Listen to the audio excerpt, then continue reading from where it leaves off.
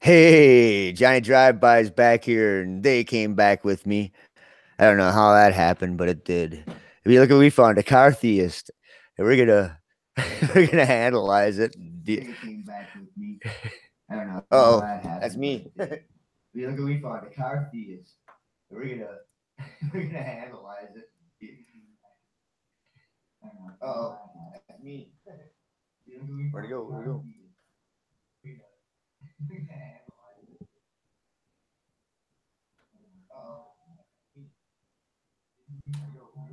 And not yet, but yeah.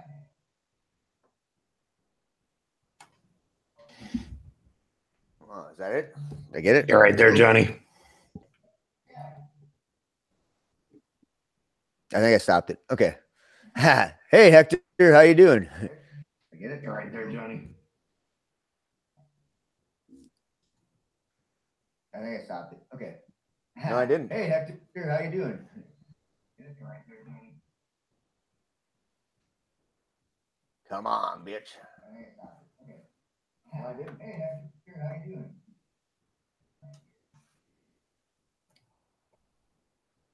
Come on, bitch. Wow, that is an incredible echo. I don't know how to turn it off. I don't know what's going on here.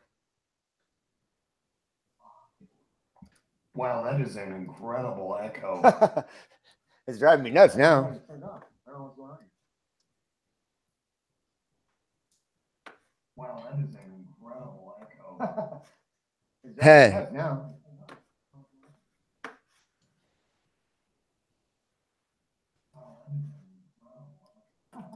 All right. Hey.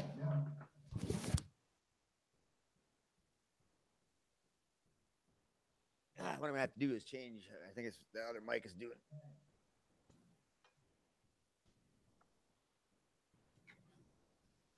Okay. So, is the echo gone? Sounds like it. All right. We got to get the video back up now.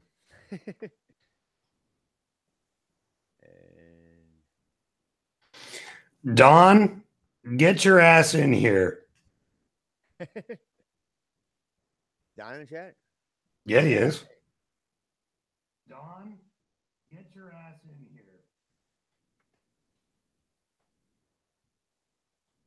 Yeah, he is.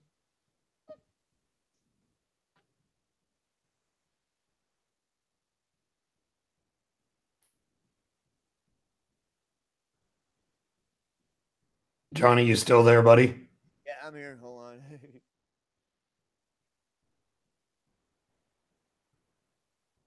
Trying to figure out how to get back Johnny, to the... you still there, buddy? Yeah, there's still a crazy echo going on. Trying to figure out where it's coming from. I don't think it's me. I've closed down all my windows, muted everything out.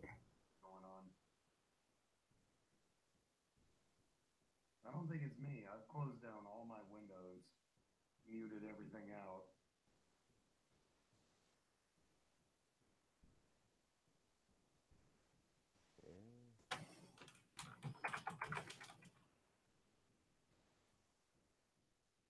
Did I get rid of it now?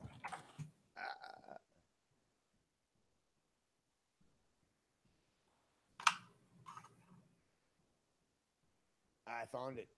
Whew. Okay, there we go. Got it? Yeah, I did. Wow. I'm not used to this other computer here. Sorry about that. Let's get the history here.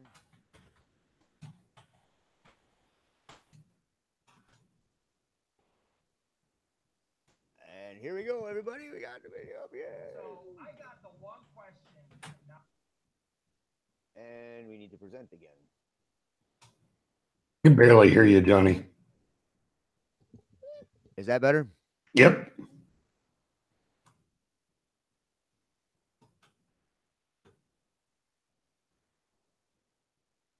And... Okay. Hector, the Mojave Republican? Really? That's...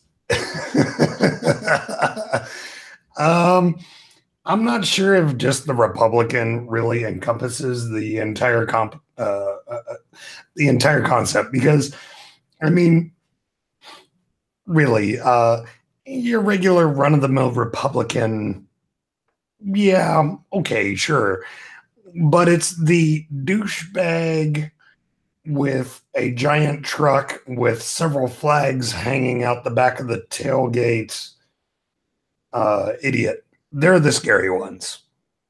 And I'm not sure if you can necessarily classify them as Republicans necessarily. I mean, they might be Republicans, but they are the scary idiots that are down here. So, yeah. Hey, Reese. Hey, how you doing?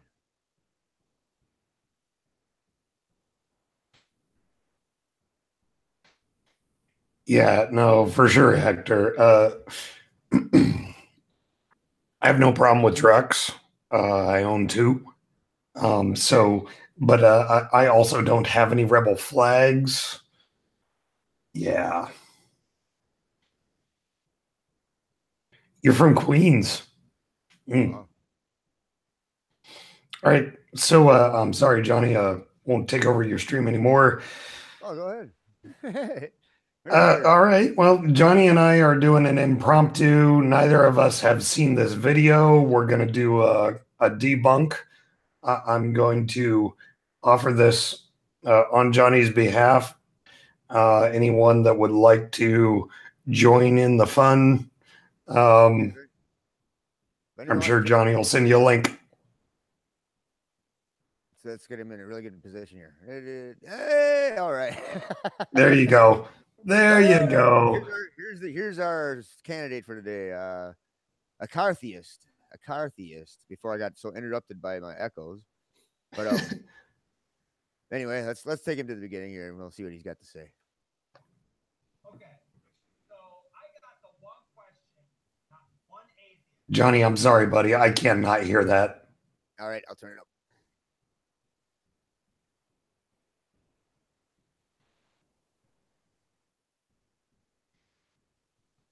I forgot to turn the mic down before.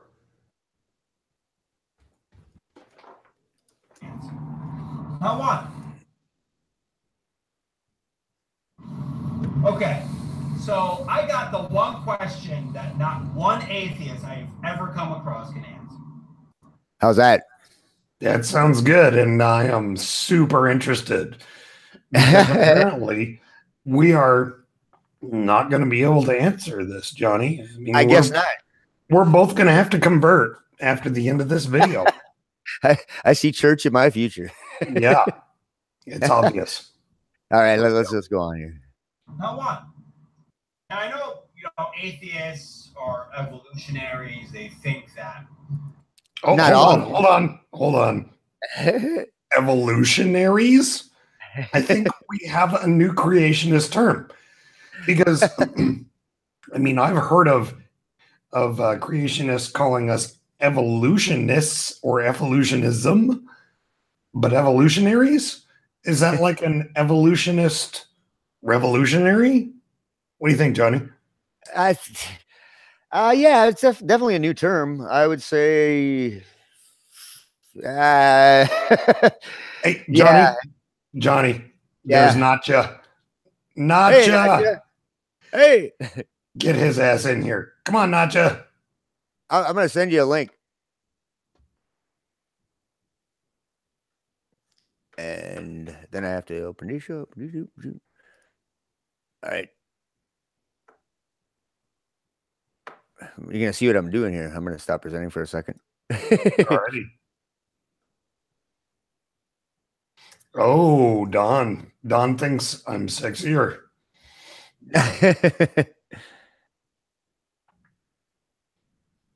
I'm going to plug Don's channel here in the interim. Yeah, do it. Don is having me on for an interview tomorrow. And his channel's fucking awesome. Tons of fun, awesome people always come there. And yeah, we're going to have a good time tomorrow. And pretty much every day. Okay, NotJah, you have the link. I better send one to Don too, huh? Oh, there he is. Hey, Don. Johnny. Hey, you're already here. Yeah. How's it going, man? Hang on. I got your stream happening here. I got it there. All right. How we doing, people? I'm doing fabulous. And I'm doing wonderful. How about you, Don? All right. I've been streaming since like 8 o'clock this morning. You've been streaming since April or March. It's true. It's true. Oh, Reese. Yeah, it looks like Reese is pretty disappointed. Go to sleep. Go to sleep, Reese.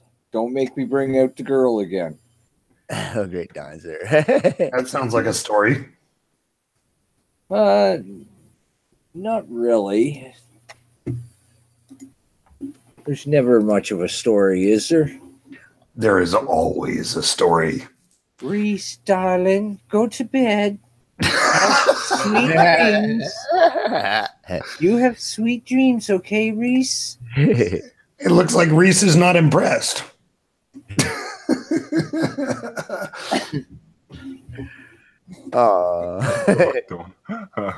Hey, no, Hey. Welcome. The gang's all here. Heck yeah, Don's an anime chick. Can't you see it? no. Should I do any? I'd never be an anime chick. This Would is I, Hector? this is terrible and awesome all at the same time, Don. So wrong. But I can't stop watching. So wrong, but feels so right. Nice.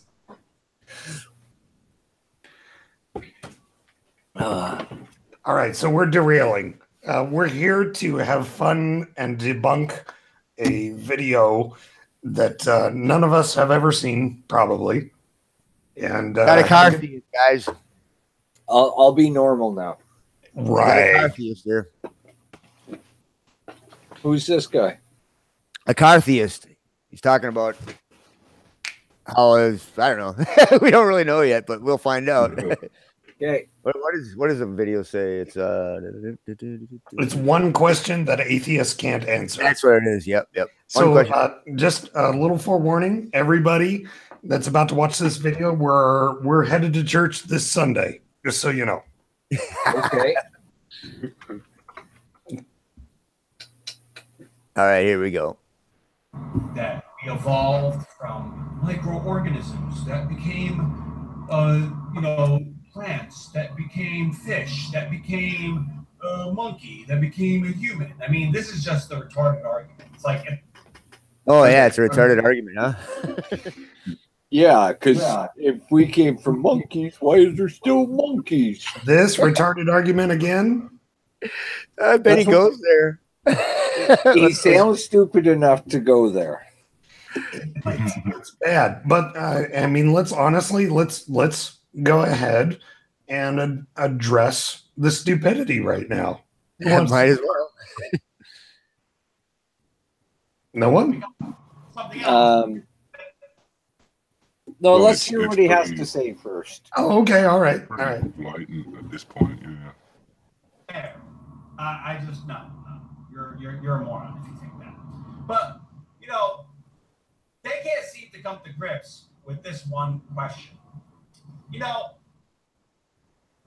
whole chicken or the egg theory. Well, let's just go back into reality for a second.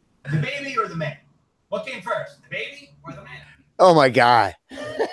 Holy shit. I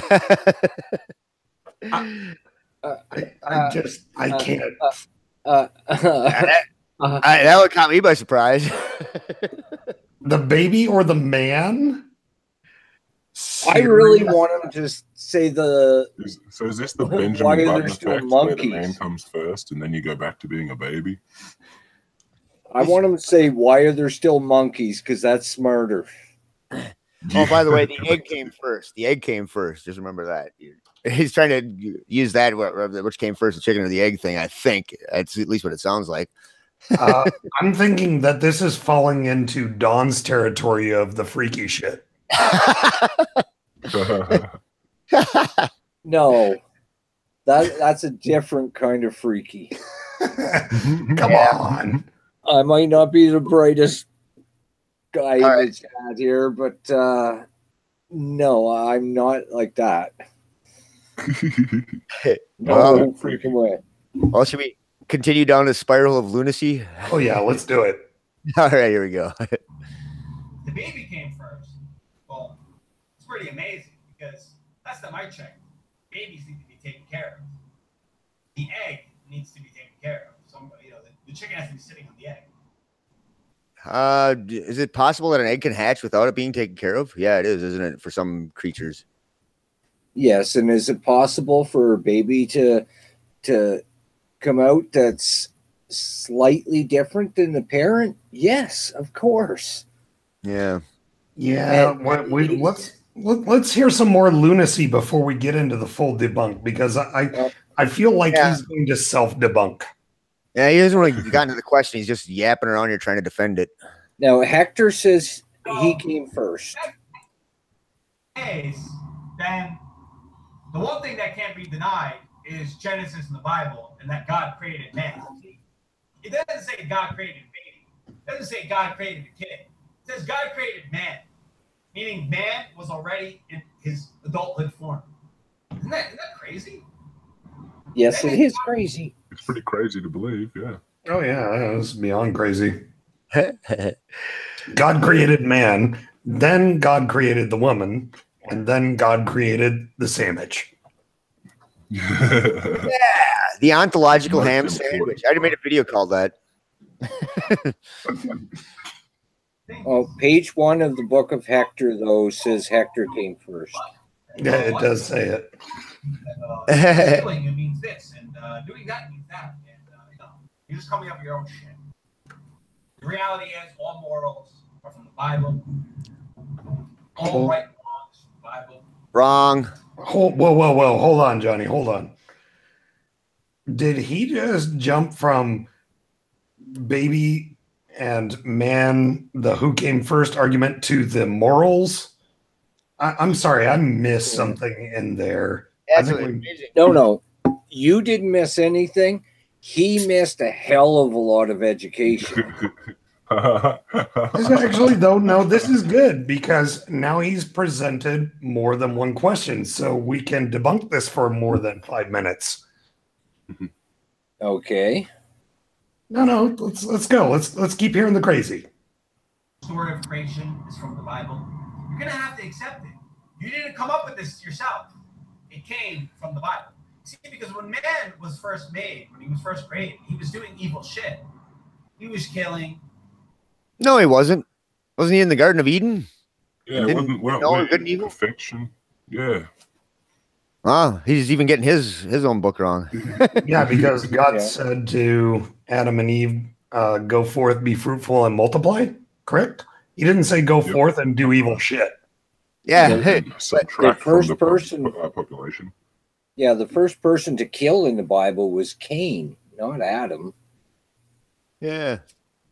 So he's putting words in God's mouth, so that's blasphemy. He's going to hell. Judging by the look on his face, I think he wants to put more than words in God's mouth. Is that not the most smug? Is that not the most smug look you've ever seen on somebody's face, though? It's just the pause screen, but it's great. It's really I do watch Godless Engineer, though, so I have seen more smug. That's a real sexy kind of smug. I'm kidding, GE. Love you, John. Let's dive into the crazy a little bit more. Cain and Abel. He was killing. There was no. He didn't know there was a punishment for anything. Right? You got mad, just kill. You were upset, just steal. You desired, just take. But God said, God saw what was happening. See, God is so great He loves us so much that he gave us sin. Oh, is that? I just said that he's so great and he loves us so much that he gave us sin. He did. He not only gave us sin, but he created literally everything evil. God is the origin of evil. And since there is no free will, because he created us knowing full well exactly what all of us would do, he actually intentionally meant for some of us to go to hell, most of us to go to hell, because of his intention. So he loves us a fucking lot. Yeah, and don't forget that you read the Old Testament, very clear that God himself is evil. Who else would wipe out the whole population of the earth? Just one thing, people, don't drive and do this. I just want to put a disclaimer out there on it.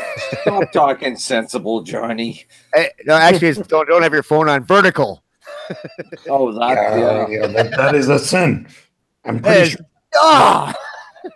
I'm pretty sure that's the 12th commandment. Yeah, it is. I know that because you said it. All right, let's get to the 18th or the 19th hole here. I think he doesn't have control over us. Free will. What? We were just talking about free will. Wait, hold on. I'm sorry. I think I might have missed that. Did he say, what did he say had control of us? No, said Satan doesn't have control over us. We have free will. What about the verses that Christians sometimes refer to where Satan does have control over the earth? Or is it just the earth and not us? Well, you look at the book of Job. I mean, did Job have free will and be able to counteract what Satan was doing? No. God and Satan were talking and blah, blah, blah. I bet he won't love you if I do this. We'll go try. Blah, blah, blah, blah, blah, blah. And I think Job is the biggest cuck there ever was in history. Yeah, but truth be told, I mean, God took his faithful servant and loved him so much that he let Satan just fuck with him all he wanted. I know. So Job was getting fucking anally raped by Satan because, God had a $5 bet with him or whatever. Actually, Hector, I agree. Dark Matter did the funniest friggin' Job episode ever. Yeah, that's right. That was great. All right, let's go. Okay. Get with it, Tim. Free will. Think about that. He created everything else, could have done anything he wanted, but he loved us so much that he said, the one thing that I don't have control over is what you do. I'll give you free will. It's like your child. Think about it. You have a child, you created him, right? You created the house that he lives in, you created everything around him. But the one thing, because you love him so much, you want to see him do whatever he wants to do. So you stop. Okay. Oh, look at the face now. Very excellent. Very excellent. Okay. So I have an argument that I haven't seen presented very much. And basically, so here is an argument against free will and God in the Bible. So prophecies have prophesied prophets. I know how ridiculous that sounds, but basically the prophecies about foretold humans that were going to be God's servants essentially had their will removed from them hundreds or perhaps even thousands of years before said people arrived on the earth. So it stands to reason that you have free will. So it stands. Come on, Don. It stands to absolute reason that God has removed the free will of certain individuals that he considers to be important. So then God has a double standard. God has removed the free will of people that are important, but given the free will two people that are unimportant. Can we agree on that? Yeah, I see that. Yeah.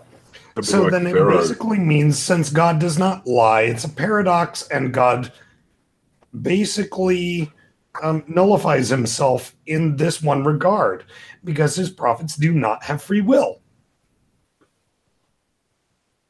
Right. Yeah.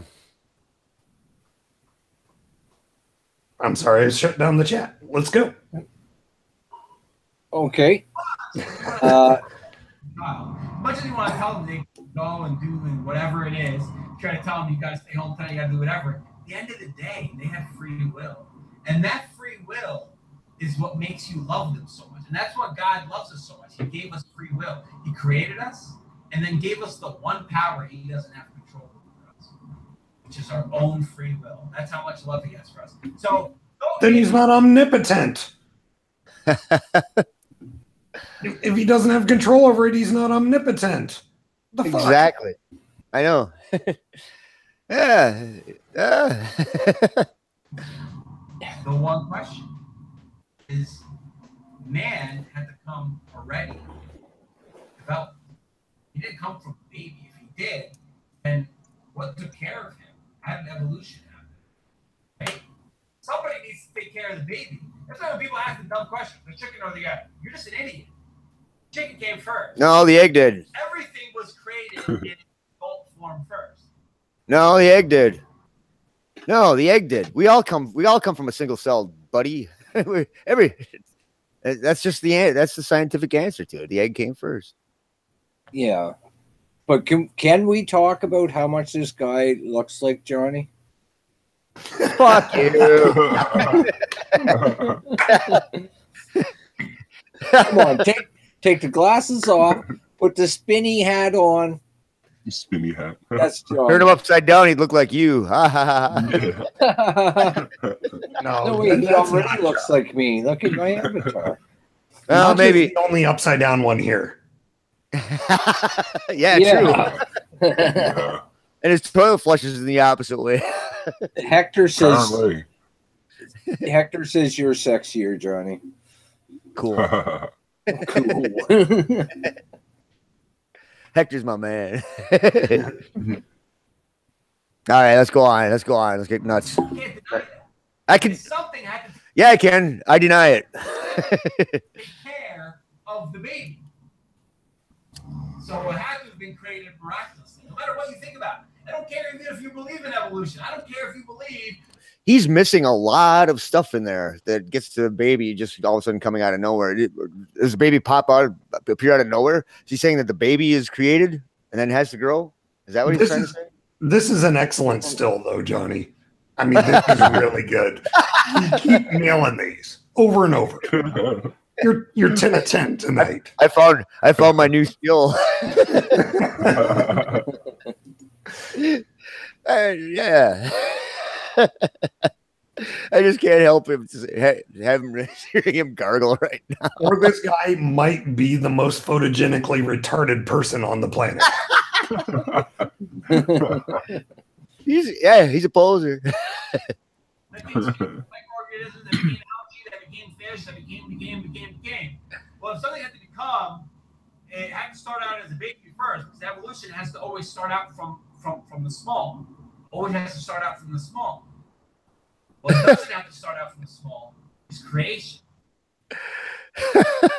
Wow, he self-debunked so hard this then. I know. Wow. Interesting. Oh my fucking God. All right. Evolution has to start out from the small. Creation can start out from the big. That's the miraculousness. That's the magicalness of God. He created us already developed. So magical.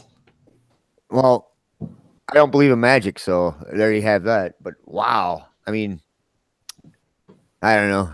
I suppose let's go on. Yeah, let's go. That's why atheists have a hard time coming to grips with this question, because what question? If they have to think of their theory of how God and what and this and that and the other thing, they can't answer that one question. What question? Okay. What? Yeah. No, Johnny, hold on, stop. the question is, which came first, the baby or the man? Oh, yeah. We answered that. No, of course. It's the problem is that's an argument from incredulity, and he's just fucking retardedly inept.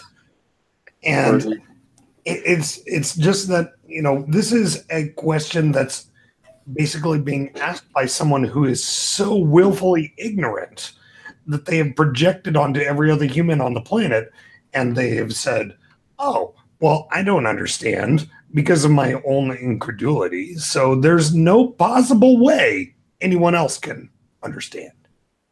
You know, Shane and Hector are saying that he's a Poe. What do you guys think? He might be, but I don't know. I'll tell you what, though, if I take that first freeze frame and this one and then put them together and turn into a GIF, it'd be like. All right, let's keep going. Then what created man? Or how did man take care of himself if he started out as a baby? Well, what are you going to tell me?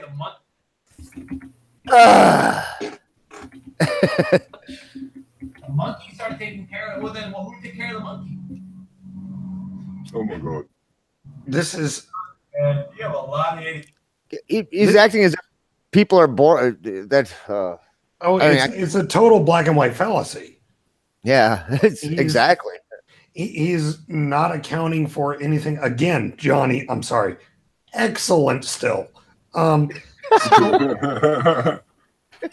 basically, he is saying my limited understanding only is baby, man, monkey.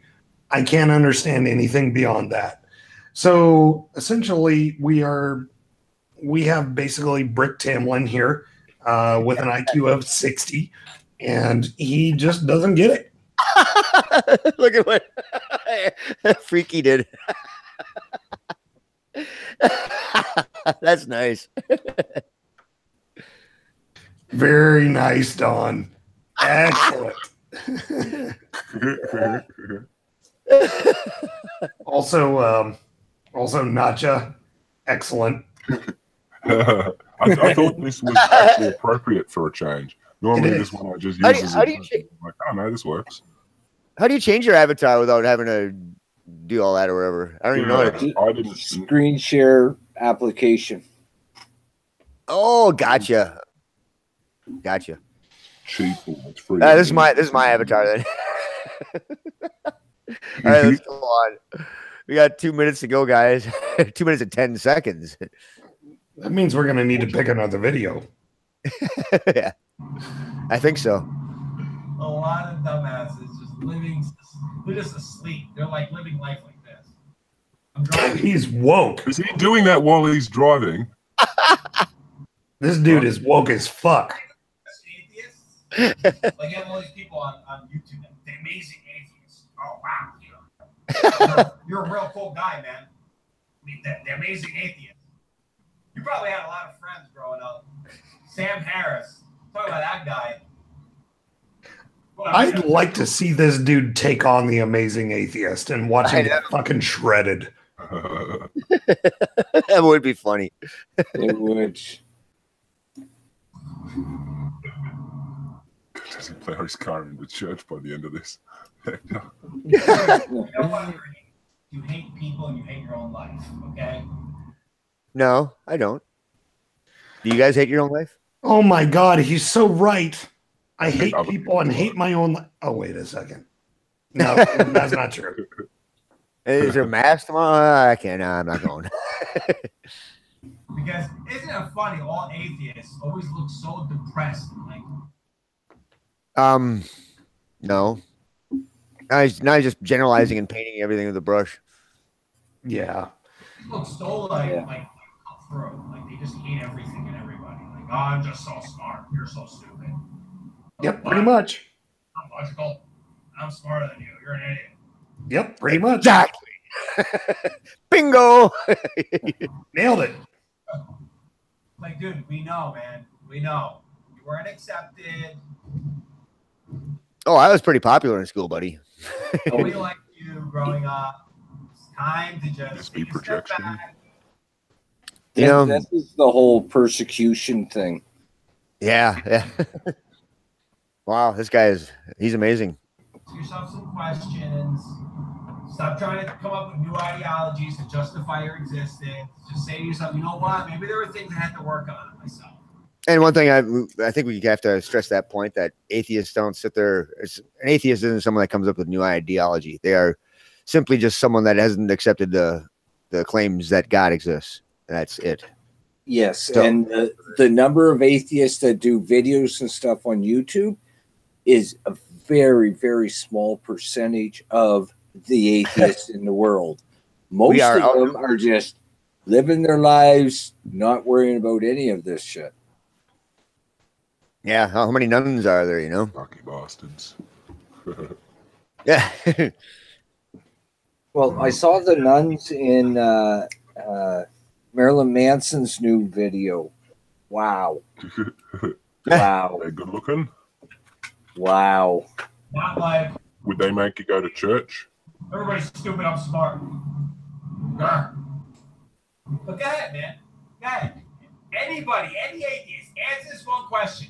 Who took care of the baby? If evolution's true and all this crap and the Big Bang and all this crap you want to believe in, well, then everything started out when it was small, no matter what it was. What took care of the small? What took care of the young? What took care of the infant? No matter what it is, whether it's animals, anything. What took care of the infant if man wasn't created first? You can't answer that. Chicken was created first, the zebra, the lion, all these things were created in adult form first. Doo-doo, cuckoo, cuckoo. Does he think that a fish just kind of pooped out a That's the land best animal? one yet. This guy is he's so camera friendly for this. Okay, don't unpause it yet. I need another screenshot. Johnny, please post this video on his channel.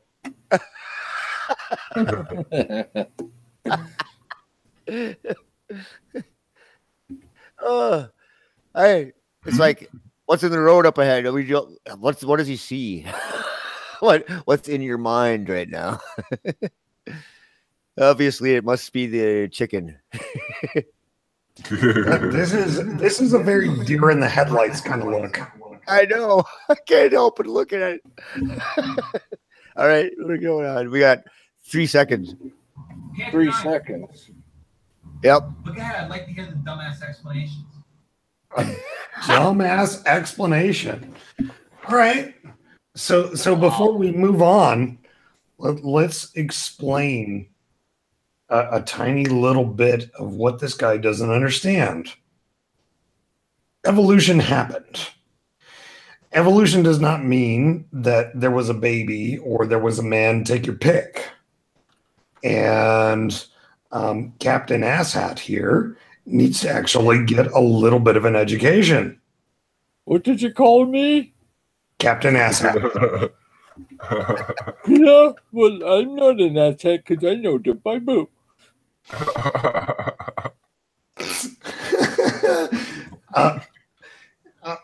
NotJah, that's killing me. It's killing me. Okay. I'll play nice. No, you don't have to. I'm just saying it's very distracting and funny. Well, distracting. Oh, I have distracting. Oops, hit the wrong button. Yeah, that was distracting, all right.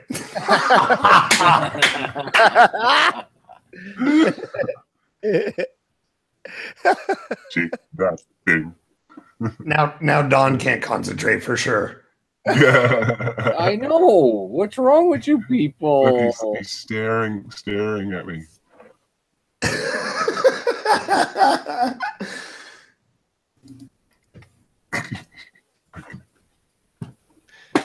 I don't want to steal the stream. This isn't my stream, so I won't be too silly. How about why is our universe fine-tuned for life? Oh, for fuck's sakes. All right. Well, Johnny, then go find us or somebody, let's find us something else to debunk, because that was pretty much just an echo chamber of a bunch of horseshit we've all heard before. Yeah. It was. I mean, anyone that knows anything about evolution knows that that's a bunch of horseshit. See, now Don's screen is far more distracting. Now I'm distracted. Do you like me, they? Do you? Yeah. Oh, what you gonna dream about tonight, big guy? Reptilians. Oh, I'll have to get Dawn to make my face a reptilian face.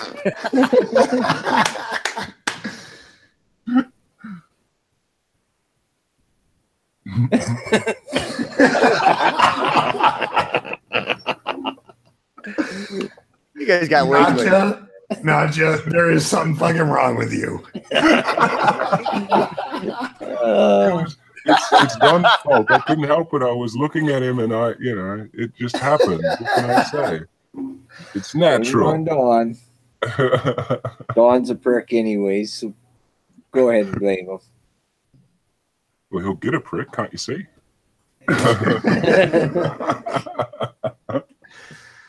All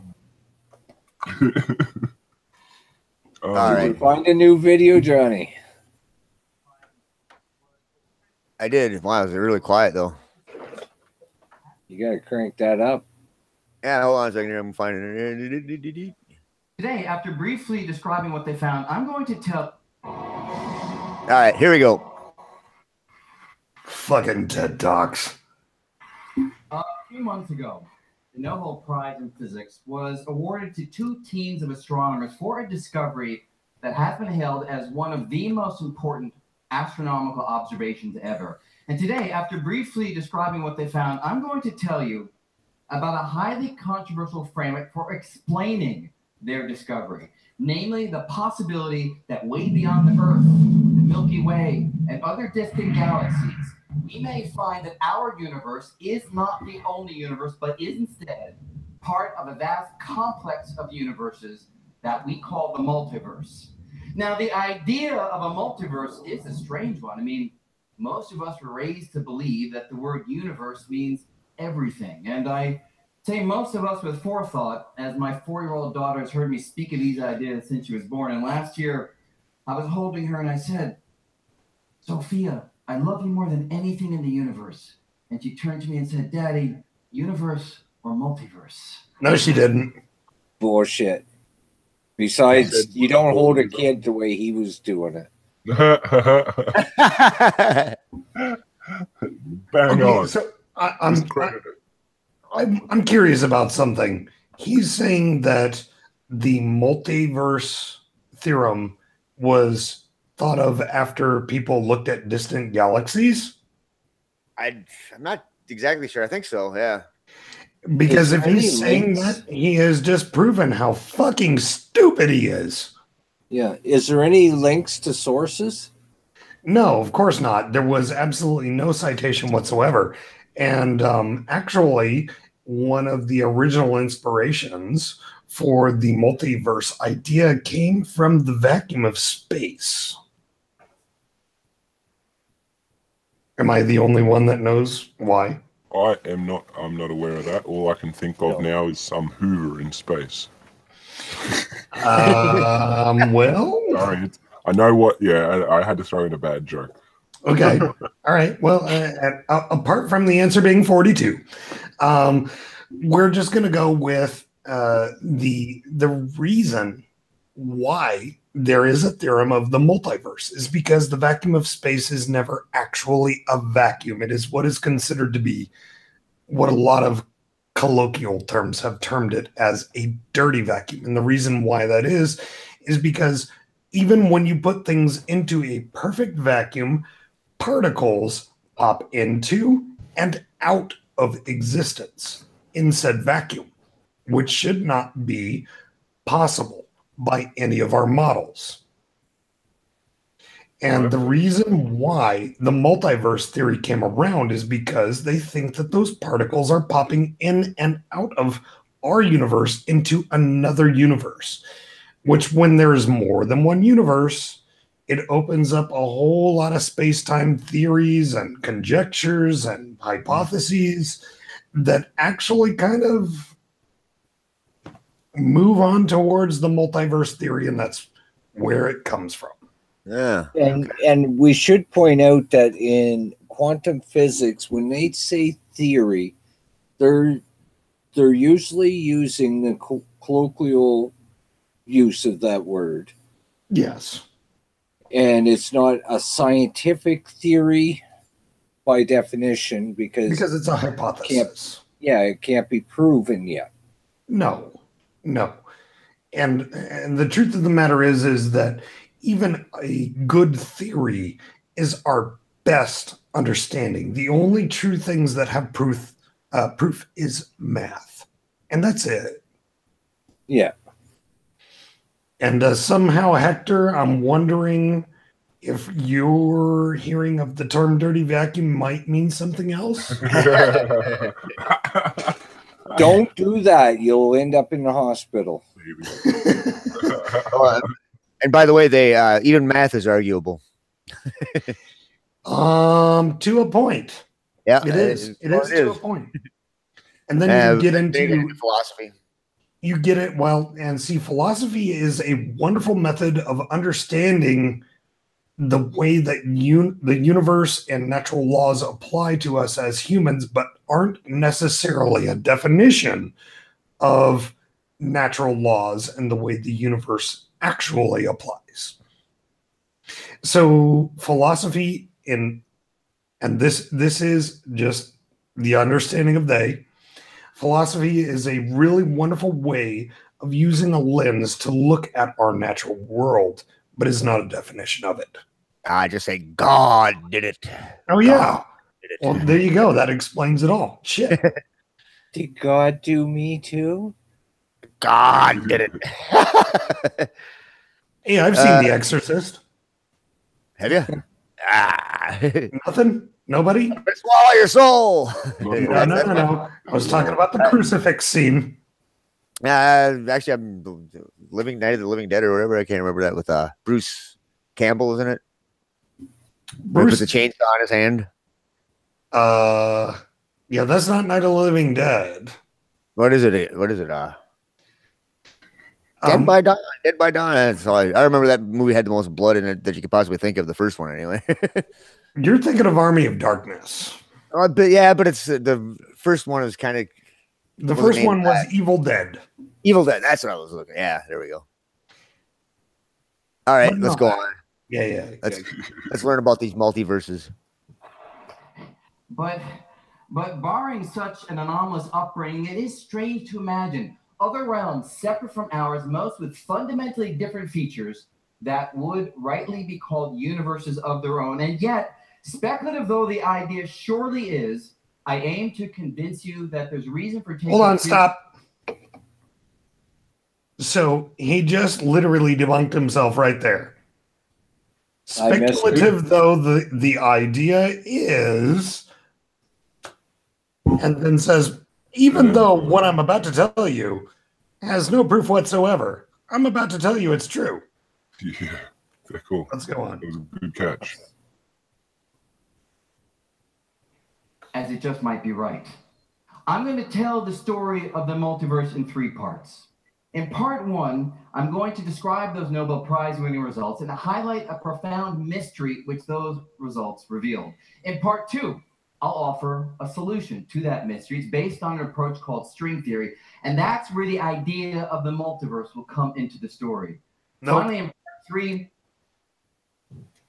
Nope, wrong. Sorry. You gonna comment? String theory does include the idea of the multiverse. However, it is not where it came from. Absolutely not. If you look into the early works of Einstein, that is actually where the early ideas of the multiverse came from. So you're wrong.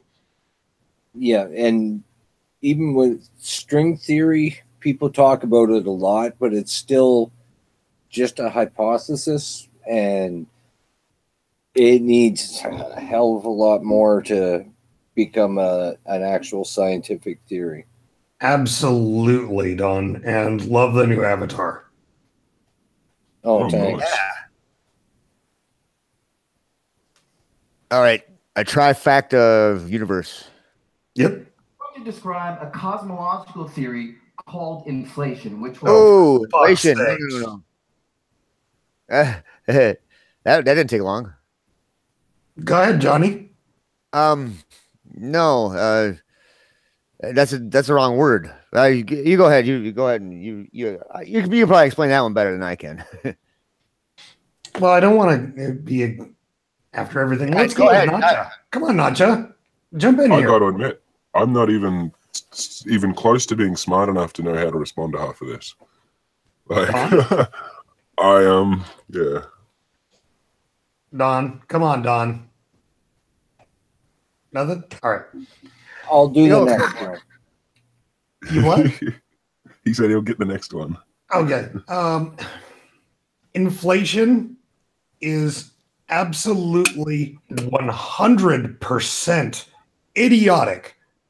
The fact that he even used that word literally proves that this guy has no fucking clue what he's talking about. The universe has never, will never, and it has never fucking inflated. It's expanded, not inflated. Stretching. Expanding. Inflating means that you're adding to it. And while this might seem a bit of semantics, it is absolutely critical when describing the movement of the universe. Well, isn't it also critical in describing entropy and all that too? Well, entropy has a lot to do with the expansion of the universe, but it also has a lot to do with the fact of closed and open systems. If you want to get into closed and open systems, we get into a whole deal of other levels of semantics. However, when it comes to the expansion of the universe, the fact of the matter is that the energy and it has to do more with the gaining and loss of energy in that law than it does have actually to do with entropy. But when it comes to the universe, we are not adding energy and we are not losing energy, which means there cannot be any inflation. It is an expansion. Yeah. Yep. And the fact that he used that word means that he's a fucking moron. Well, that word that word triggered me. It's like, hey, wait a minute. No. Yeah. Well, maybe he's got something. We're jumping ahead here. I'm just saying, if he's got something, it's probably the clap. Pull all the pieces of the Clap story on, clap together. off. Okay, part one starts back in 1929 when the great astronomer Edwin Hubble Knew everything in the world. distant galaxies were all rushing away from us, establishing that space itself is stretching, it's expanding. Now, this. Oh, no, he just said expanding. He just corrected himself. Hold on, let's pause here. I'm sorry, I need to throw out something here. The discovery that the universe was not that the universe is expanding was not Hubble. No, it wasn't, was it? It was not, actually, and this is something that I find to be wildly offensive. The original discoverer, and I really hate to bring this point up because I don't remember her name. There was a scientist, and she was a woman, and it was back in that era. I can't remember if it was late 20s, early 30s, that actually discovered the redshift. But even so, Oops, sorry. Someone please look that up. But I do remember it was not Hubble. It was a woman, and somebody else took the credit for it. And God damn it, I can't remember who it is. Besto Sliffer? Edwin, that's not it. says Vestos Slifer was the first to discover the galactic redshifts in about 1912. No, it was a woman that was cataloging it. I don't like that. And she was the okay, maybe not discover. Maybe it was the first to prove it. Shit. I'm making myself sound like an ass here. Uh-oh. That's all right. Anyways, it wasn't Hubble. This guy's dumb. Yeah, well, that's true. That point is at least made. There was one thing that everyone was certain of. The expansion must be slowing down. Said who? Gravitational pull of the Earth. I think he says that it is speeding up. He The finishes there. apple tossed upward. The gravitational pull of each galaxy on every other must be slowing the expansion of space. Nope. Now, let's fast forward to the 1990s, when those two teams of astronomers I mentioned at the outset were inspired by this reasoning to measure the rate at which the expansion has been slowing. And they did this by painstaking observations of numerous distant galaxies, allowing them to chart how the expansion rate has changed over time. Here's the surprise. They found that the expansion is not slowing down. Instead, they found that it's speeding up, going faster and faster. That's like tossing an apple upward. It goes up faster and faster. Now, if you saw an apple do that, you'd want to know why. What's pushing on it? Similarly, the astronomers' results are surely well deserving of the Nobel Prize, but they raised an analogous question. What force is driving all galaxies to rush away from every other at an ever-quickening speed? Well, the most promising answer comes from... It's another freaky atheist, that's who. Einstein's. You see, we know gravity being a force that does one thing. Pulls objects together. But in Einstein's theory of gravity, his general theory of relativity, gravity can also push things apart. How? Well, according to Einstein's math, if space is uniformly filled with an invisible energy, sort of like a uniform invisible mist, then the gravity generated by that mist would be repulsive. Repulsive gravity, which is just what we need to explain the observations, because the repulsive gravity of an invisible energy in space, we now call it dark energy, but I think... Whoa, hold on. So you can... Okay, first of all, Johnny, Hector keeps getting timed out. He wants to be modded. I know that has nothing to do with the video, but fair enough, because I know how annoying that gets. So I want to address this real quick before this guy really makes an ass out of himself. Did he just say that dark matter is repulsive? I think that's what he was trying to say, yeah. What a fucking idiot. All right, let's keep going. See it. Its repulsive gravity would cause each galaxy to push against every other, driving the expansion to speed up, not slow down. And this explanation represents great progress. But I promise you a mystery here in part one. Here it is. When the astronomers worked out how much of this dark energy must be infusing space to account for the cosmic speed up, look at what they found.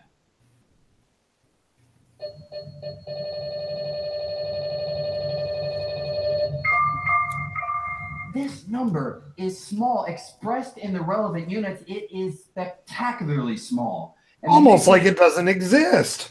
Your number. We want this number to emerge from the laws of physics, but so far... Oh, that? I said almost like it doesn't exist. Now, I find it interesting that this asshat is using the terminology of dark energy. Yeah. Did he not say dark matter before? Did I fuck that up? He said dark matter before. Okay, so he went from dark matter to dark energy. Yeah, because he was talking about the gravitational, the opposite of gravitational pull with the dark matter. He was saying that dark matter was repulsive, and then he moved to dark energy. Okay. Does anyone in this hangout know what dark energy is? Oh, I do. I do. There's a difference. Go ahead. It is what scientists have not yet shown to what it actually is. It's just they know it by calculations that something must be there. There's something missing in the equations of how much matter is in the universe is what it is. That would be the dark matter and dark energy. There's another way they calculate it. I can't remember now, but they figured out that there's dark matter and there's dark energy. Neither things are known as to what they actually are. Am I even close to? You know, I'm curious about this because both dark matter and dark energy in particular, neither one is a proven theory. Yeah. Yeah, they know there's something missing. They just have no idea what it is. Exactly. Dark matter and dark energy are just labels that they put on what's missing. Yeah, so. They're more or less they're page markers for something that is not understood yet.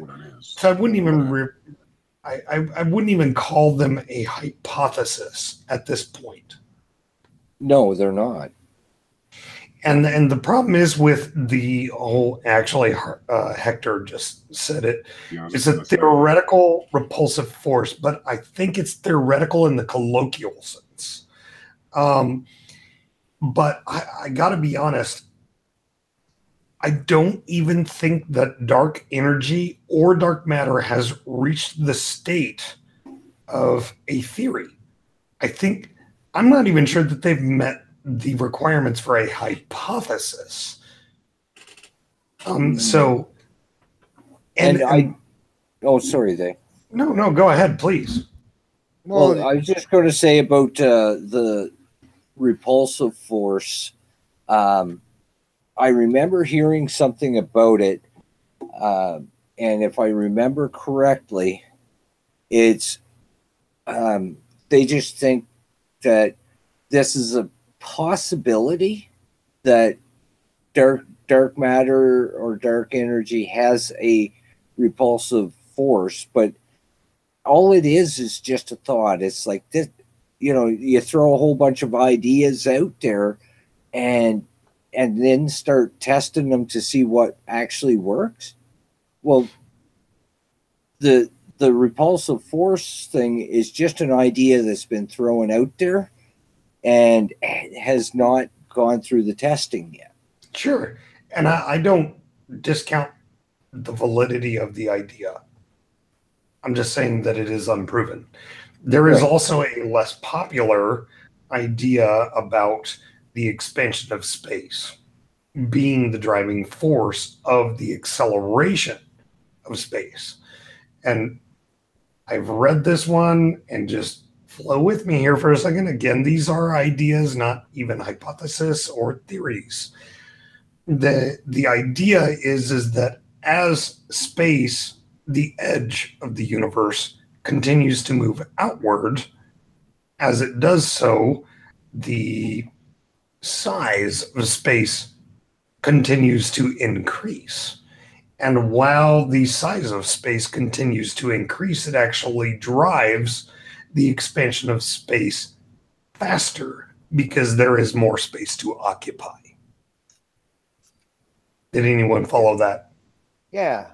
I have read that. It's an idea. It's not mine. It's no less credible than the dark repulsive energy. But the truth of the matter is dark energy has a much cooler name. It does. Yeah. And I want to point out that when you're talking about the expansion of the universe, it's the knowable universe. It's as far as we can see. We don't know what's past what we can see. the universe may continue on much further. Yeah, it might be infinite. I'll tell you what, though, watching the chat, it looks like Hector has quite a bit of knowledge on this subject. Yeah.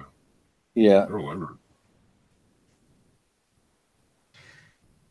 Anyways, let's continue the video. Peculiar number. We want this number to emerge from the laws of physics, but so far no one has found a way to do that. Now, you might wonder, should you care?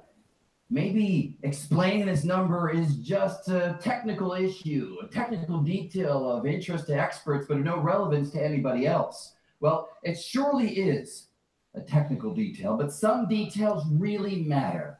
Some details provide windows into uncharted realms of reality, and this peculiar number may be doing just that, as the only approach that so far made headway to explain it invokes the possibility of other universes, an idea that naturally emerges from string theory, which takes me to part 2, string theory. So, hold on, let's stop there. There is a great fallacy in that last statement, because that is not the way that science works. That science works. Science does not look for an answer that it wants and then look for the theory to support said answer. Yeah, that is not the fucking way it works. It'll take different theories and test them to see if it works, but if it doesn't work, they throw it out, move on to the next theory, try to make it work.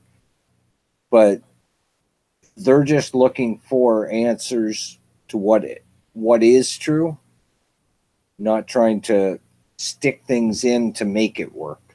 Yeah, absolutely. Because anybody with any modicum of intellectual honesty looks at a question, looks at a problem, and tries to seek the path to the truth.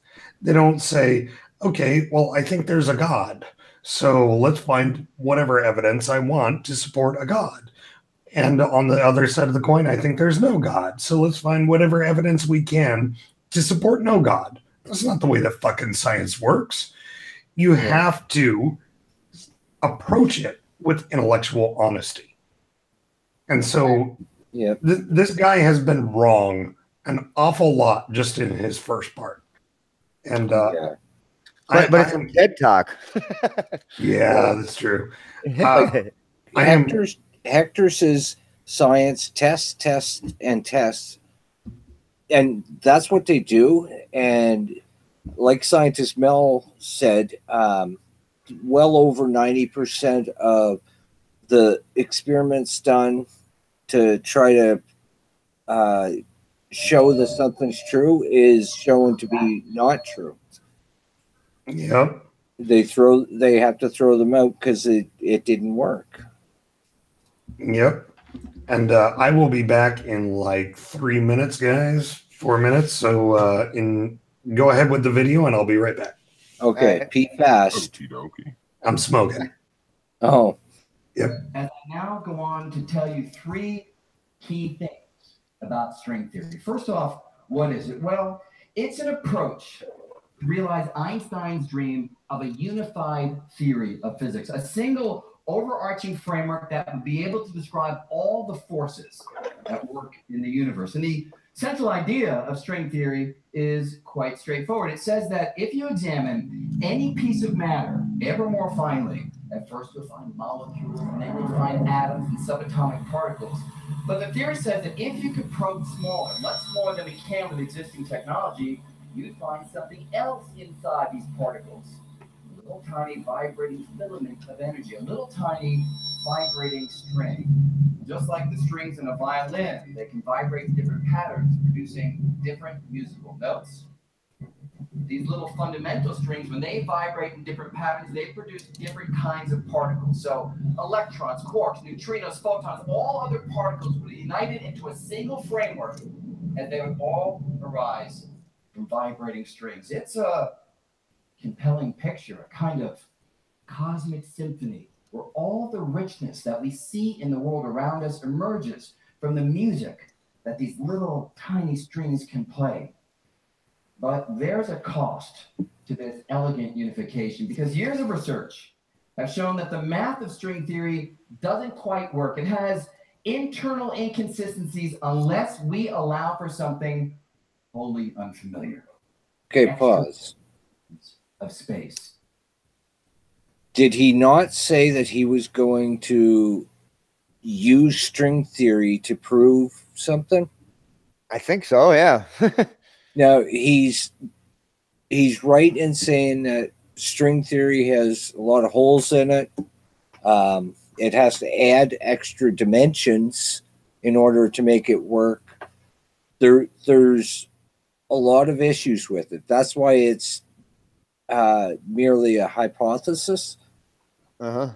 So if he's going to use string theory to prove something, it's not possible because, as he just said himself, string theory has a lot of holes in it. Yeah, no, well, like they said, he's been debugging himself this whole time. All right. That is, we all know about the usual 3 dimensions of space, and you can think about those as height, width, and depth.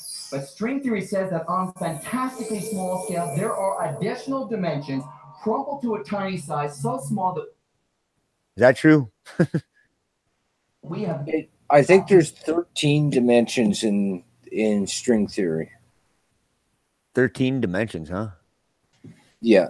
There's the regular 4, height, width, depth, and time. And then string theory adds 9 more dimensions to it. The tesseract. The what? The tesseract. Pretty much. Is it That's 9 right. more that string theory adds today? I actually don't know the answer to that question. Okay. There's Google for that. Yeah. Yep. Google knows everything. Dimensions are hidden, they would have an impact on things that we can observe. It even knows wrong answers, so you got to watch out for that. Because the extra dimensions constrains how the strings can vibrate. And in string theory, vibration determines everything. So particle masses, the strengths of forces, and most importantly... Pause for a sec. I was wrong. Tell them I was wrong. Well, it is different. There's different possibilities. So it says one notable feature of string theories is that these theories require extra dimensions of space-time for their mathematical consistency. In bosonic string theory, space-time is 26-dimensional, while in superstring theory it is 10-dimensional, and in M theory it is 11-dimensional. In order to describe real physical phenomena using string theory, one must therefore imagine scenarios in which these extra dimensions would not be observed in experiments. Right. So there can be a different number depending on which actual theory you go by. 42. I'm with that. It's definitely 42. It's got to be. Be determined by the shape of the extra dimensions. So if we knew the shape of the extra dimensions, what the fuck? Calculate. If there's that big word "if" that he just used right there. I'm sorry. Yeah. The shape of the dimensions. When we start talking about things beyond the 4th dimension, which are beyond the limit of human understanding, how in the fuck can we talk about shape? Is he about to talk about a square circle next? Just so you know, when you stepped away, he spent that time talking about how string theory has a lot of holes in it and has to add extra dimensions. He basically just said that string theory is far from being an actual scientific theory yet. Right. And he is not wrong in one respect and blatantly misrepresenting it in another. Yeah. Because the fact is that string theory has things that it can explain without the addition of extra dimensions. This much I do know. But the fact that he has just conflated it to a shape, and I can only imagine the argument that's about to come now is special. I'm excited. All right, let's go on. These features calculate the amount of dark energy. But you can't hit whatever. I'm not going to go. Challenges. There's no shape. We don't know If it shape could, of yeah, the extra there. dimensions. Or if it even is a shape. Is a list of candidate shapes allowed by the math. Okay, I'm sorry. He has just moved into Crazy Town. I'm sorry. He's saying that the math is describing a shape. Okay, what's the shape of our fucking dimension? What shape is he talking about, and why? How can you put math onto it anyway if you don't know the shape or anything, right? That's because it doesn't have a freaking shape, especially when you're talking about a universe that is expanding. What a fucking idiot. Yeah. Sorry, go ahead. There were only about 5 different candidate shapes, so you can imagine analyzing them one by one to determine if any yield the physical features we observe. But over time, the list grew as researchers found other candidate shapes. From 5, the number grew into the hundreds and then the thousands. A large but still manageable collection to analyze, since, after all, graduate students need something to do. But then the list continued to grow into the millions and the billions until today. The list of candidate shapes has soared to about 10 to the 500. So, Whoa. I'm sorry, 10 to the 500 what? Yeah. Are we talking about 10 to the 500 decimal point? Because that seems like an unrealistic number to me. Anyone else? It's Crazy Town, like you said. It's arbitrary, to say the least. He's jumped into the same thing religion does, and saying things that he just thinks as fact. The funny thing is that he's actually pulling from things that exist that I've read about string theory, and he is adding his own interpretation onto them. But I'm actually at a loss about this shape thing. I actually have no idea where that's coming from. Yeah, he didn't really explain it either. I don't think. At least I didn't really hear an explanation of it. But doesn't this sound a lot like religious apologetics? It does. so many. I mean, when you consider large numbers, what is the sun is 2 times 10 to the 24? Does that sound about right to anyone else? I can't remember. Okay. Yeah, It's a big fucking number. yeah. 10 to the 500 is a retardedly large number. Something tells me that the possibility of shapes that he's talking about, especially when you're talking about mathematical model shapes, something tells me there's not that many shapes that we even know about. That seems not just unrealistic, but so ridiculously unrealistic. It's like he's pulling shit straight out of his ass here. I really wish there was a physicist in our chat that could correct me on that. I know. Anyways, continue, please. Any candidate There's shapes Neil deGrasse Tyson when you need him. Right? physical features. Oh, is that? I was just agreeing with NotJah. Oh, okay. I just said, yeah, where's Neil deGrasse Tyson when you need him? Would never make definitive I'll call him up. predictions. Yeah. Turn this issue on its head, taking us to the possibility of a multiverse. Here's the idea. Maybe each of these shapes is on an equal footing with every other. Each is as real as every other in the sense that there are many universes, each with a different shape for the extra. Okay. But what shape? And there he pulled it back. No, he pulled back his logical or his illogical ridiculousness and conflated it to the possibility. Okay. So I see. Yeah. Okay. Dimensions. And this radical proposal has a profound impact on this mystery, the amount of dark energy revealed by the Nobel Prize winning results. Because you see, if there are other universes, and if those universes each have, say, a different shape for the extra dimensions, then the physical features of each universe will be different, and in particular, the amount of dark energy in each universe will be different, which means that the mystery of explaining the amount of dark energy we've now measured would take on a wholly different character. Okay, hold on. I'm just going to say that right now, it sounds like he's asking what sound does the color blue make? I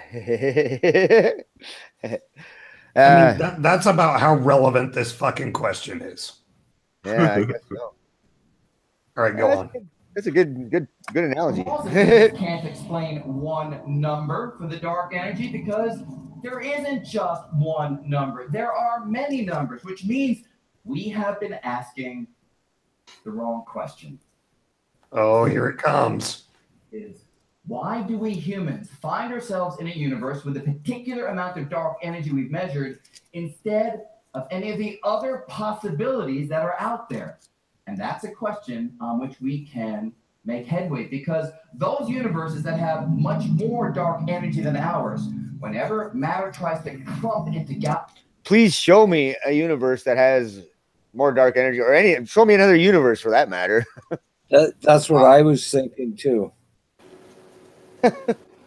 Wow, yeah, sounds like he's just making things up. The repulsive push of the dark energy is so strong that it blows the clump apart, and galaxies don't form. And in those universes that have much less dark energy, well, they collapse back on themselves so quickly that again, galaxies don't form. And without galaxies, there are no stars. Oh, get the fuck out of here! Oh my god, galaxies.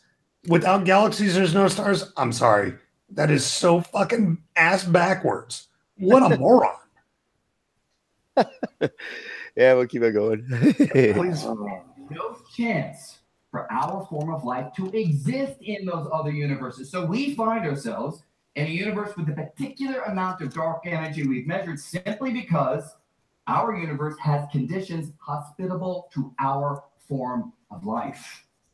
And here we go. Multiverse found. Nope. Now, God did it. That's where this is going.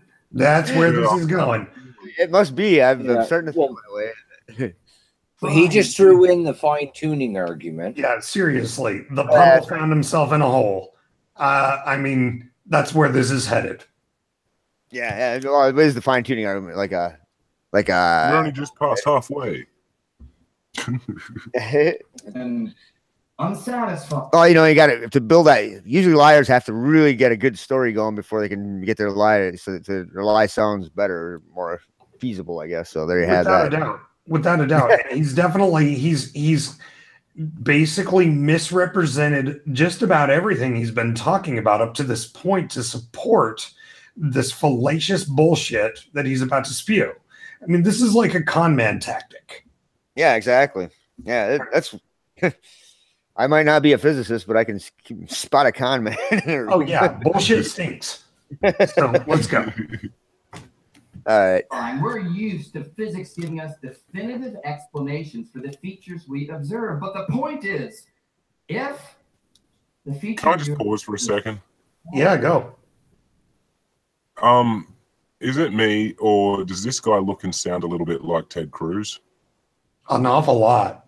Yeah. Like, I swear it could be his brother or something, because there's just so many, and the way he's articulating his arguments, I can imagine this all coming from Ted Cruz. You know what the weird thing is? Have you ever seen this guy and Ted Cruz in the same place at the same time? No. There is that. That's they's gonna start with the Illuminati shit. Hey, it's what I do, all right? All right, go on. And does take on a wide variety of different values across the wider landscape of reality, then seeking one explanation for a particular value is simply misguided.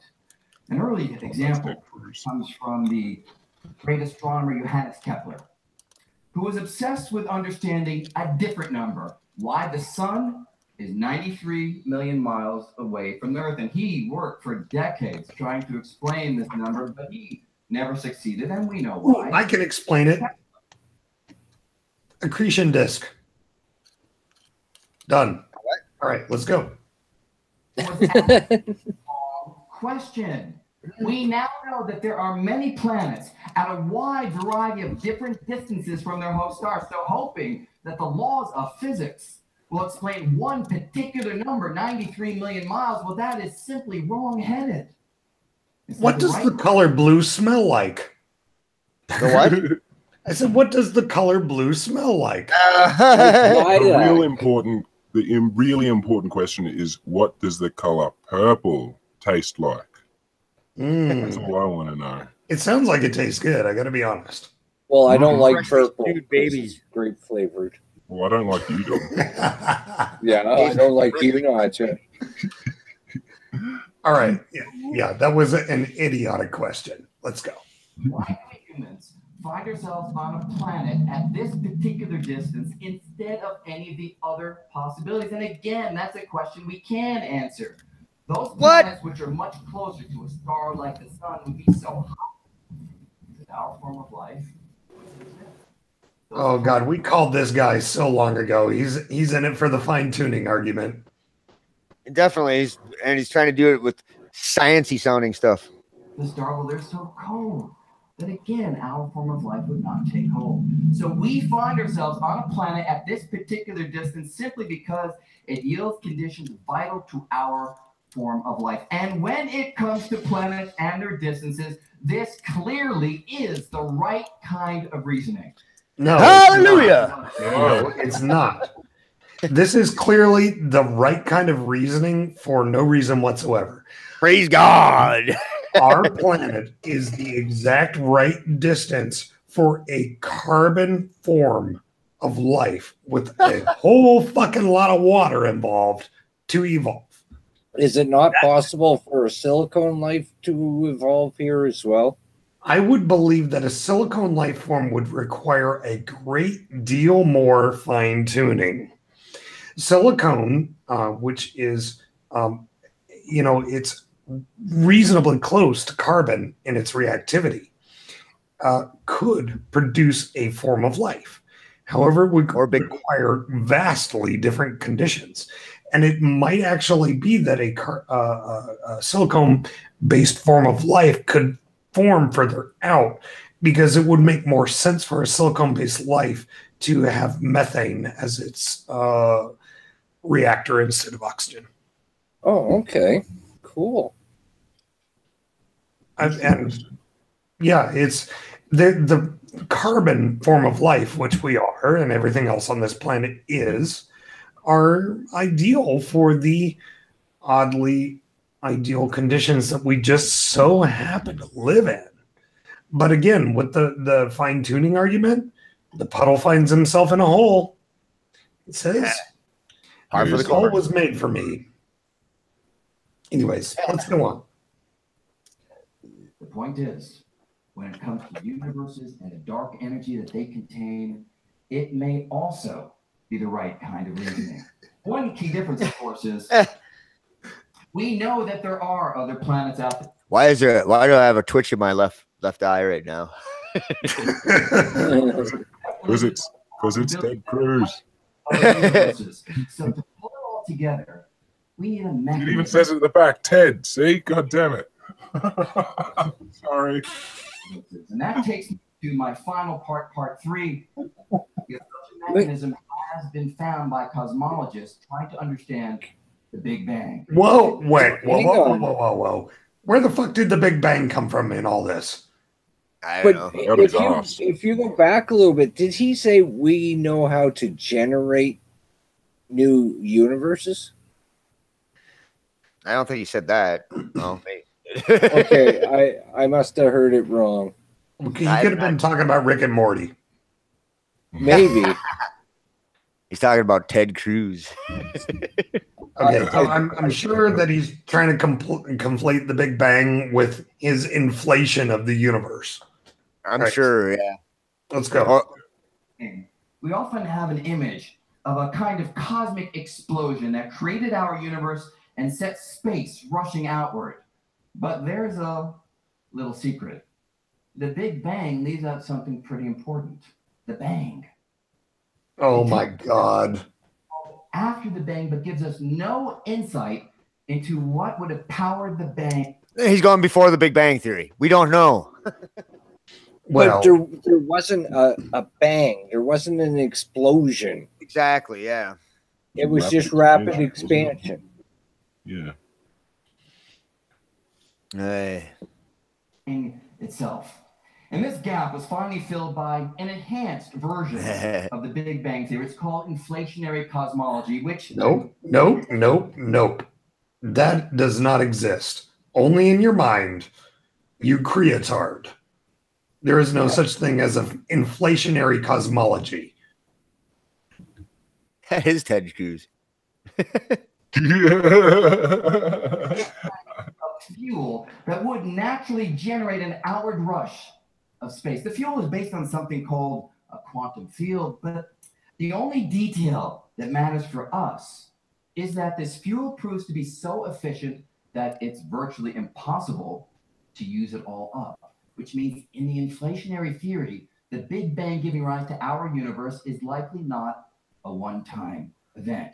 Instead, the fuel not only generates our Big Bang, but it would also generate countless other Big Bangs,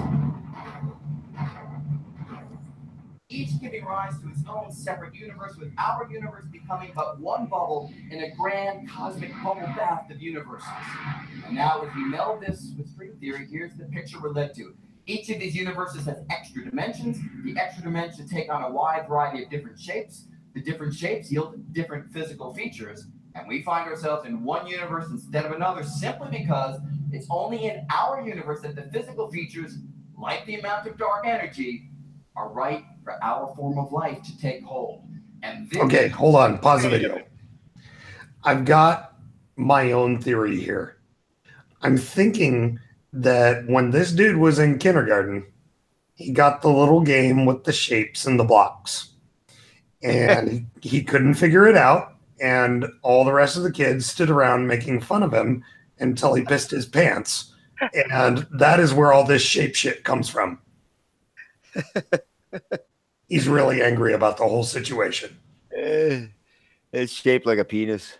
It is a compelling but highly controversial picture of the wider cosmos that cutting-edge observation and theory have now led us to seriously consider. Who's us, by the way? I don't know. He's talking to himself as a third person. Well, it's not they and it's not them. So there you have it. The remaining question, of course, is could we ever confirm the existence of other universes? Well, let me describe one way that might one day happen. Oh boy, I can't wait. The inflationary theory already has strong observational support because the theory predicts that the Big Bang would have been so intense that as space rapidly expanded, tiny Oh, look, you got it right. world would have been stretched out to the macro world, yielding a distinctive fingerprint. what? Pattern. What? Wait, hold on. What? What the fuck? Macro world? What the fuck? What? Yeah, what's a macro? Does it mean all the universes together as all the universes to one to make another universe that with all the universes in it or something? Is that what he means? I don't know. I'm wondering if he's like trying to pull a word that is here's the often problem. associated with evolution. Well, here's the problem with this thing is he's talking about all these multi-universes, But don't they have to be enclosed in something else too? If they're all taking up this other, it's circular reasoning so far. Right. But because of the way that he's trying to represent the multiverse, he would actually be in some sense in implying a closed system, which would lead us to entropy. But the fact that the universe is expanding actually negates his entire argument. Yeah. And while the theory, the idea, hypothesis, whatever, however you want to call it, when it comes to the multiverse, literally has nothing to fucking do with what this guy's talking about. Yeah, I might have to look at his credentials and all that shit too when we get done with this. Oh, let's move on here. We got a couple minutes left in it. All right, go ahead. Slightly hotter spots and slightly colder spots across space, which powerful telescopes have now observed. Going further, if there are other universes, the theory predicts that every so often those universes can collide. And if our universe got hit by another, that collision would generate an additional subtle pattern of temperature variations across space that we might one day be able to detect. And so exotic as this picture is, it may one day be grounded in observations establishing the existence of other universes. I'll conclude with a striking implication. God did it. Of all these ideas for the very far future. You see, we learned that our universe is not static, that space is expanding, that expansion is speeding up, and that there might be other... Hey, Glade. All by carefully examining faint pinpoints of starlight coming to us from distant galaxies. But because the expansion is speeding up, in the very far future, those galaxies will rush away so far and so fast that we won't be able to see them. Not because of technological limitations, but because of the laws of physics. The light those galaxies emit, even traveling at the fastest speed, the speed of light, will not be able to overcome the ever-widening gulf between us. So astronomers in the far future, looking out into deep space, will see nothing but an endless stretch of static, inky, black stillness. And they will conclude that the universe is static and unchanging and populated by a single central oasis of hey, Glade. They inhabit, a picture of the cosmos that we definitively know to be wrong. Now, maybe those future astronomers will have records handed down from an earlier era, like ours, attesting to an expanding cosmos teeming with galaxies. But would those future astronomers believe such ancient knowledge? Or would they believe in the black, static, empty universe that their own state-of-the-art observations reveal? I suspect the latter, which means that we are living through a remarkably privileged era when certain deep truths about the cosmos are still within reach of the human spirit of exploration. It appears that it may not always be that way, because today's astronomers, by turning powerful telescopes to the sky, have captured a handful of starkly informative photons, a kind of cosmic telegram, billions of years in transit, and the message echoing across the ages. It's aliens. Okay, hold on, Johnny, hold on. Actually, this is interesting because the last couple of minutes, he's been on point. I mean, I really thought this guy was going to the intelligent design and fine-tuned universe argument. I really thought that's where he was headed, and he hasn't done that. Played Starfish said that he's also the founder of World Science Festival. I think that. Well, I mean, and you know what? Regardless, anyone can be wrong. No way Ted Cruz did that. And the thing is that when I first started hearing this argument, I thought that was where he was headed with it. Just the title of it seems like he dropped that part because he was really, really, really wrong. What it sounds to me to be like, he is trying to push that, but he's not being overt. He led in with some reasonable fact, went into theories, and then went into his own speculation that anyone like us will immediately go, he is moving on to a God theory, but then ends it on something sound. So you leave going, he talked about some reasonable things, and you start thinking about it. And then that will lead you into religion. Yeah, because I really wonder about theists, it's the Trump effect, there's- right? Where you remember the last thing someone said. Sort of, yeah. It's the idea of whenever you want to change a person's mind or make a criticism or do anything like that, you open with something nice or a pleasantry, you follow through with the course statement, and then you finish off with something nice. And it's the same method, it's just used for a theocratic ministry, basically. It's very similar to what happens in the JWs. If you have any sort of scientific background and you still end up a JW, you will end up having that those credentials used to try to do this sort of thing, basically. Well, They just won't speak about Jehovah. They won't push into God. They'll just open your mind to think that this is all scientifically possible, and then you'll get a lot of people who aren't, fully educated in it going, oh, so there is some science backing God. right. And I actually agree with you very much, NotJah. And Clade in the chat is saying that he has stated incompatibility between science and religion. Now, there were some questions that he proposed in his speech that were stupid, idiotic. I mean, and were very obviously pointed at things like intelligent design. And he did not answer or expand on said questions. So I'm actually genuinely curious. What the fuck was he talking about? Are we burning the witch? Are we doing the Crusades right now?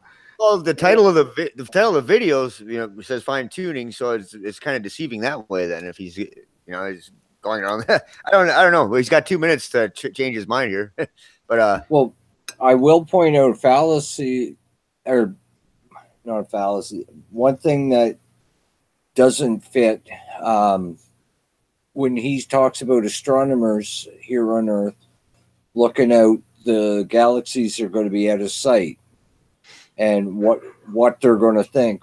Well, the time it's going to take for all those galaxies to get out of sight is as long, if not longer, than the time that our sun has, right? Before so I got time to pee. Kills off Earth. It's probably, you're actually right in this one respect.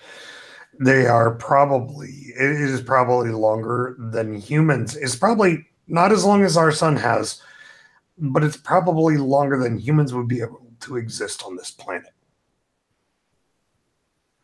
The fact of even thinking that humans are going to be a species billions of years from now is actually pretty silly. So, well, our sun's going to expand so that Earth is uninhabitable within 10 billion years, correct? I'm sorry. Hold on. Hector, our sun will never supernova. It's not big enough. Just a little FYI. Yeah, I'm not saying it's going to die out. I'm saying that it's going to kill off life on Earth. So our sun will probably turn into a red giant. And I think that's probably gobble up the whole solar system. Yeah, well, I think it'll probably make it out to about Mars. I think that's I think you're right. So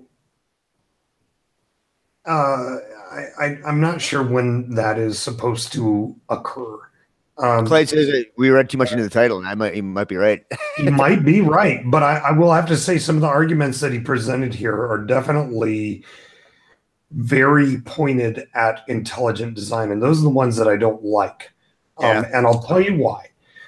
Because whether it's a Poe or whether it's someone who is even just postulating a question with a possibility, whatever the case may be, I don't like the God argument, because when it comes to that, it always, well, not always, almost always breeds ignorance. And when you start going to the intelligent design possibility, all it does is it adds an explanation that doesn't need to be there. And when people have that explanation, they stop looking for the truth. And some of the arguments that he proposed in this, in my opinion, were very pointed at intelligent design. And I thought he was absolutely 100% wrong. And yeah, I'll stand by that. Until somebody proves me wrong, I'll stand by that. But he's got under 2 minutes yet to insert intelligent design in there. Yeah, but we'll see. Let's see what he has to say. You guard your secrets with the unbreakable grip of physical law. Sometimes the true nature of reality beckons from just beyond the horizon. Thank you very much. Oh, well, shit, that was a letdown. Anticlimactic. Right. So then he never committed to a intelligent design argument. Nope. He didn't overtly commit, but there's enough suggestion in what he said to maybe actually when I think about it more, it's fine tuning was the name of the title, so that's what he's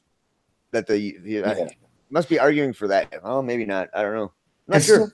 I can't say, because that was the one question that really killed me, that really pissed me off, is the sun's 93 million miles away and no one can explain why. Well, there is no explanation of why.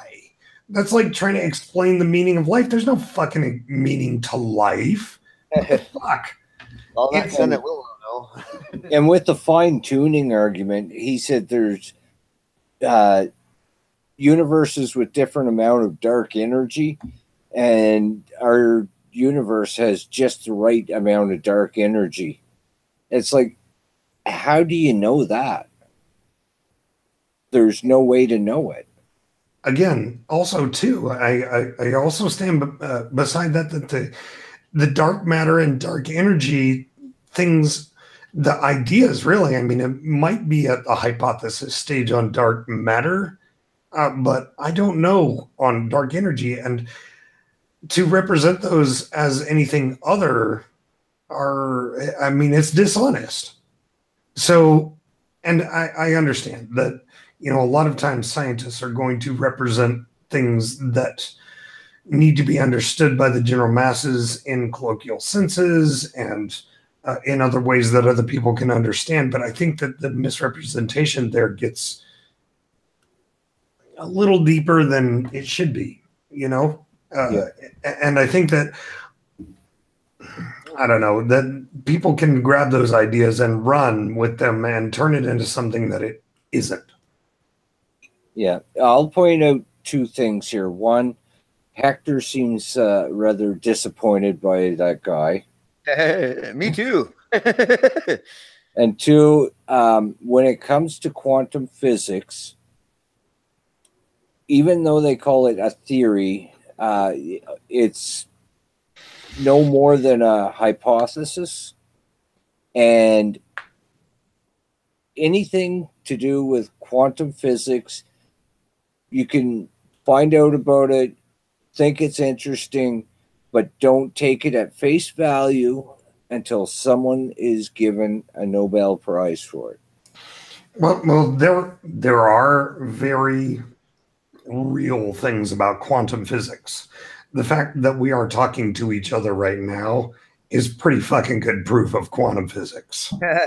Well, yeah, there's parts of it, but the theories as a whole, like string theory, there may be pieces of it that we know is true, but the whole thing is not true or has not been shown to be true yet, right?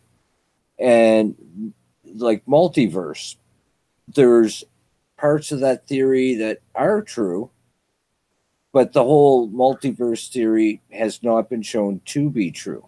The full explanation hasn't been. Oh, without a doubt. Without a doubt. So wait for someone to get a Nobel Prize in quantum physics for that before you think string theory is true. We got to believe it now.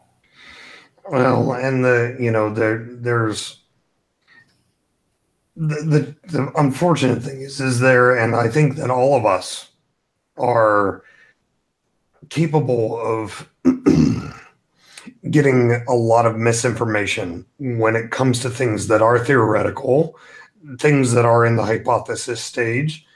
And when it boils down to it, it's really difficult to know what is and is not the truth when it comes to cutting edge scientific theory. So even things that sound like they might be outrageous could potentially be true, and things that are on the same level of outrageousness might be outrageous. And it's hard to say what is and isn't true when it comes to cutting edge things. And I think that given the level of hysteria that people are capable of, things that are not represented correctly can lead to big problems. Yeah.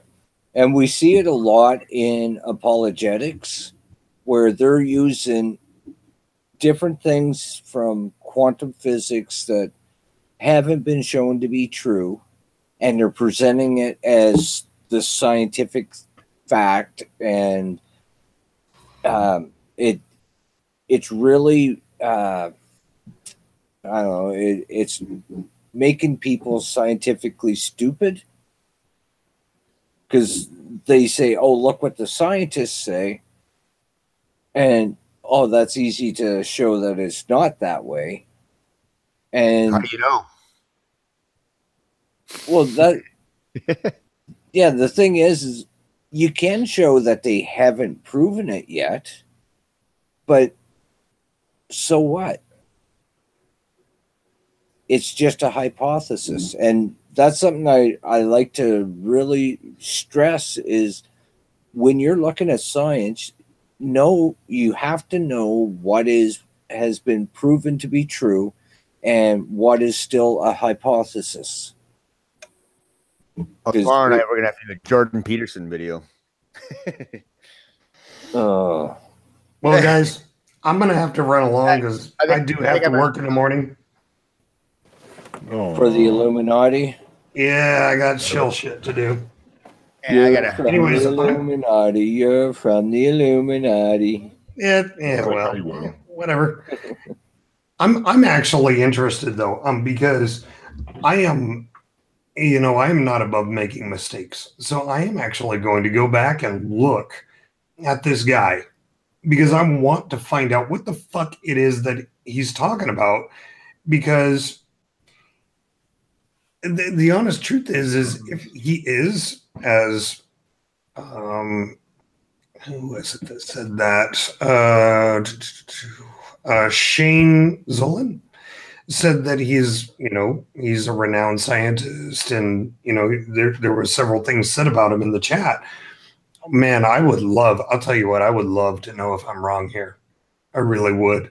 So I'm going to look into it because it sounded an awful lot like arguments from creation and fine-tuning and intelligent design to me. Yeah, it did, but I'll probably have to go over that video again too. I'm going to, but I will tell you, even if even if I am wrong on the theories, I will still say and still stand by, I do not agree with the fine-tuning idea. I don't agree with that. And anyone that postulates that to me, I'm going to be immediately skeptical of it. Yeah, because it's the opposite of fine-tuning. Yeah, it really is. So despite anyone's credentials, I'm still going to be fucking skeptical. Anyways, gentlemen, it was a good hangout. Thank you very much for having me, John. Yeah, thanks for stopping in. And I will talk to y'all later. Looking All right, forward have a to good our one. interview tomorrow. Yep. I will be there. Ooh, You're I'll try to be there awesome, man. too. catch that. Have a good night. See you, mate. All right, guys. I don't know what time it is in Australia, but here it's early in the morning. Hey, Where that's did you all get a right. picture of my brother? Hey, this is cool. Now I can be silly. And I'm the crazy warden. I don't know what the hell I am. I don't know what that is. I think I've seen that in a You're a movie. lizard man. Yeah, that's what I I said. don't know, but I'm having fun shaking my head around. Well, thanks for stopping in, guys. I appreciate it. It's Hey, thanks for having us. yeah, we'll have to do this more often because I'm enjoying doing this. Yeah. Yeah, no, they are fun. So Oh, I forgot to show they my shirt. If I ever figure out how to get OBS to work, this will be a lot easier because I don't have to hook a microphone up to the speaker like that. You'll like my shirt, Johnny. Kick ass, man. hey, Yeah. Johnny, when you get that program, like I use Manicam, as I said, but you should be able to run the videos or like your website or whatever you're using through that, and you can switch your audio using that. It's really easy. For some reason with the Mac here, I haven't been. There's extra things that I had to do, and I haven't been able to figure out how to get the audio to stream Really? through. But yeah, I know it's OBS software, but I can't get OBS working. It's annoying as fuck. Did you talk to Frank? Who's Frank? Frankie from the Geek Room? Oh, I don't think I've actually met Frank personally. Okay. You don't even have to know him, and you message him, he'll help you out. Yeah, I was gonna say I've got that. I'm meant to have had that set up with GI, but I sort of haven't gotten back to him, and that's my fault. So, Okay. Yeah. Yeah, So- Frankie knows OBS, and he's super willing to help people. oh, cool. I'll have to check it out. Hi, Hans. Yeah, Yeah, Hans in chat. Alrighty. Hans is awesome. So, hey, I just saw Johnny. Hey. See, he looks like the first guy. No, it's more like that.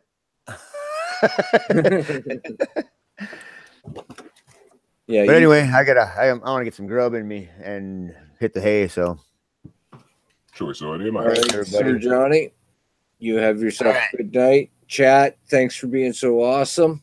yeah, thank you, everybody. You have a good night. Good night. Morning, wherever you're at.